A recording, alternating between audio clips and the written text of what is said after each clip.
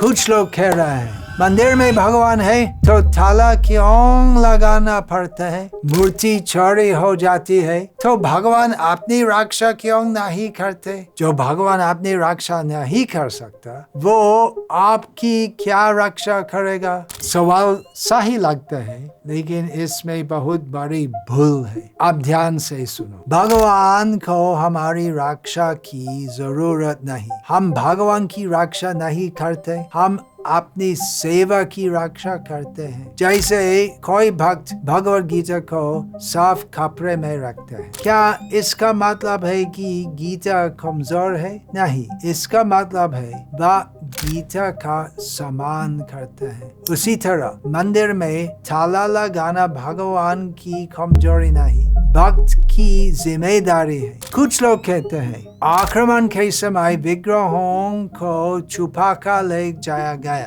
तो क्या भगवान डर गए? नहीं, भगवान डरते नहीं। भक्त चिंतित होते हैं कि मेरी सेवा में बाधा न आए। विग्रह को बचा कर ले जाना भगवान को बचाना नहीं है, या अपनी सेवा बचाना है, अपनी भक्ति बचाना है, अपनी परंपरा बचाना है, सेवा की निरंतरता बचाना है। फर्क समझो। शास्त्र क्या कहते हैं? भगवान सर्वव्यापी है, वे कण कण में है। लेकिन अगर भगवान हर जगह है तो अपने विग्रह में क्यों नहीं? श्रील प्रभुपाद समझाते हैं भगवान अर्चा विग्रह रूप में इसलिए प्रकट होते हैं क्योंकि हमारी आंखें अभी स्पिरिचुअल नहीं है, हम सीधे भगवान को नहीं देख सकते। इसलिए भगवान ऐसे रूप में आते हैं जिसमें हम सेवा कर सके। स्नान, पूजा, भोग, आरती या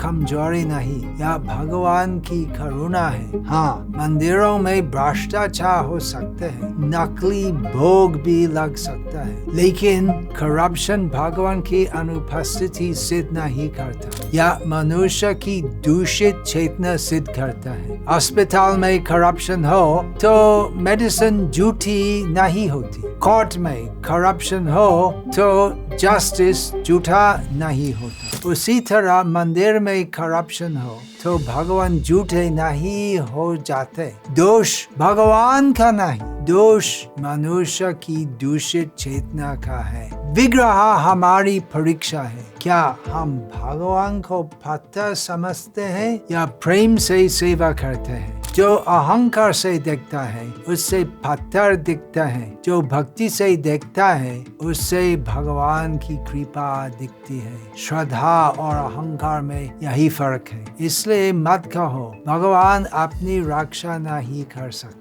सही बात यह है भगवान को हमारी रक्षा की जरूरत नहीं, हमें भगवान की शरण की जरूरत है। मूर्ति पूजा का उद्देश्य पत्थर तक रुकना नहीं है, उद्देश्य है पत्थर में भगवान की कृपा देखकर अपने पत्थर जैसे हृदय को पिघलाना। हरे कृष्ण।